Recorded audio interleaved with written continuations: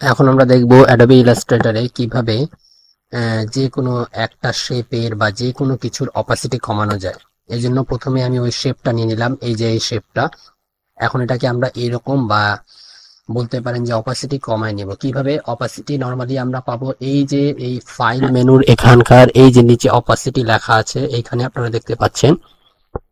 এখান থেকে আপনারা চাইলে অপাসিটি কমাতে বাড়াতে পারেন। এছাড়া আপনারা এখানে ট্রান্সপারেন্সি প্যানেলেও অপাসিটি অপশনটা পাবেন। ঠিক আছে, এখান থেকে অপাসিটি অপশনটা আপনারা ছোট বড় করতে পারেন।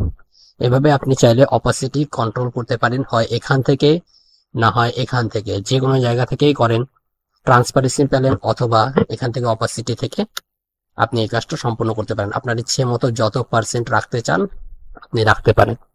আশা করি এই ভিডিওটা আপনাদের ভবিষ্যতে যে কোনো সময় অপাসিটি কমানো বাড়ানোতে কাজে আসবে। ধন্যবাদ।